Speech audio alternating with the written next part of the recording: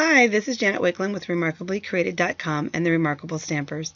In today's edition of My Digital Studio Monday, we're going to look at the steps that I took to create the very simple cocoa banner for the hot cocoa bar my Remarkable Achieving demonstrators enjoyed last Saturday night here at Craft World. So what you're going to do is you're going to go ahead and you're going to open up a project that's 8.5 by 11 portrait, so up and down. And then I personally like to take the bleed areas off and the barcode area off. I find it distracting when I create. I simply just pop it back on from time to time to check. The bleed area exists to show you what might be cut off in the printing process if you have a printer that doesn't print to edge or you're having a project bound on the top or the sides. So we've got our nice blank surface, and I started with the tag it punch, and let's just go ahead and flip that so the rounded edges are down. And then I'm simply going to enlarge it so that it almost fills that 8.5 by 11 sheet of paper, just like that. And then I'm going to go ahead and I'm going to fill it with paper. And I chose the Sweet Peppermint paper. I think it's just a really fun paper to work with. Let's just go ahead and pick this pattern. It's just kind of real retro 50s to me. And you have that in there. One of the things about working with paper fill-in punches is that you have the option of altering the size of that pattern a little bit. Now when you see the white exposed area like that, your punch is no longer filled, and as you can see here I have a flat bottom and a flat top. So you want to be careful about that. You can expand the pattern making it larger, and again you can make that pattern a little bit smaller if you like, if you want that to be a little bit closer. So you've got that going on just like that, and then what you want to do is you just want to start to pull elements onto your banner piece. And let's just see if I can find gingerbread. And we'll just do a search. This is how I pretty much always look for my stamps, my embellishments, whatever it is that I want to use. That way more of my stamps come up into play, and they get better use than if I'm trying to find them based on memory or I'm spending hours searching. And then you can just go ahead and you can enlarge that embellishment.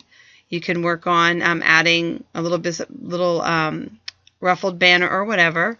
And then what I like to do is I like to do insert, duplicate page. And you can either do it before you add everything or after, and we can just quickly get rid of all of this. Oops.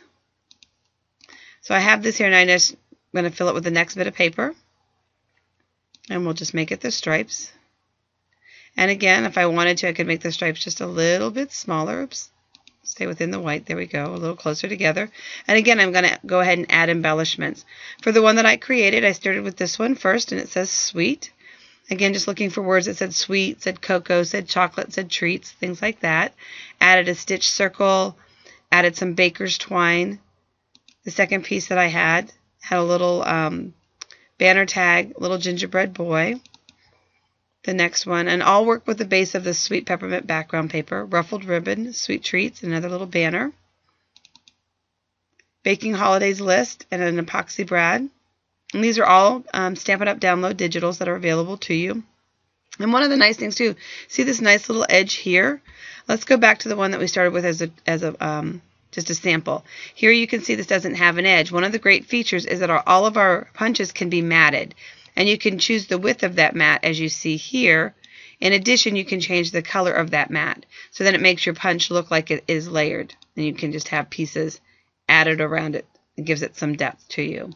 So for this one, it says Holiday Baking List, has a heart punch that was filled in with pink. The epoxy brad.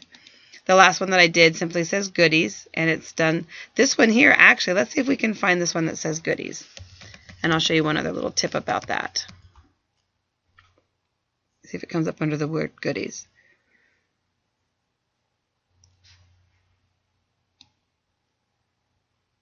Okay, I don't know why the images didn't come up. But with this one here, this one was actually recolored. So here you can see how it's espresso. It didn't start out that way. It started out as a different color, and I'm able to go ahead and change the color of it because that's one of the new features of my digital studio now. So let's just go back to espresso. And I like the contrast that provided it. When you're done and you like the image that you have, you're going to go ahead and just click on Save. And then you're just going to go ahead and click on Print. And some of the options and the things that you find are sometimes going to be based on your printer. For me, I went ahead and just clicked More Savings because, select pages. I want to select all of them. And then I'm simply going to hit Print, and it's automatically going to print the image here for me. Okay, so we're going to just cancel that out. And that's what you did. And then I simply punched holes up in the left and the right corners I strung, oh my gosh, I'm having a tough time today. I think it was a long weekend with 12 amazing demonstrators celebrating their accomplishments. But you went ahead and punched 2 holes in the left and the right-hand corner, and then I strung cherry cobbler tulle through it and then simply hung the banner. I went ahead and I die cut the letters COCOA for Coco, and also don't hesitate to add little rhinestones on your snowflakes, your own little extra ribbon or things like that to create a really fun hybrid project for you.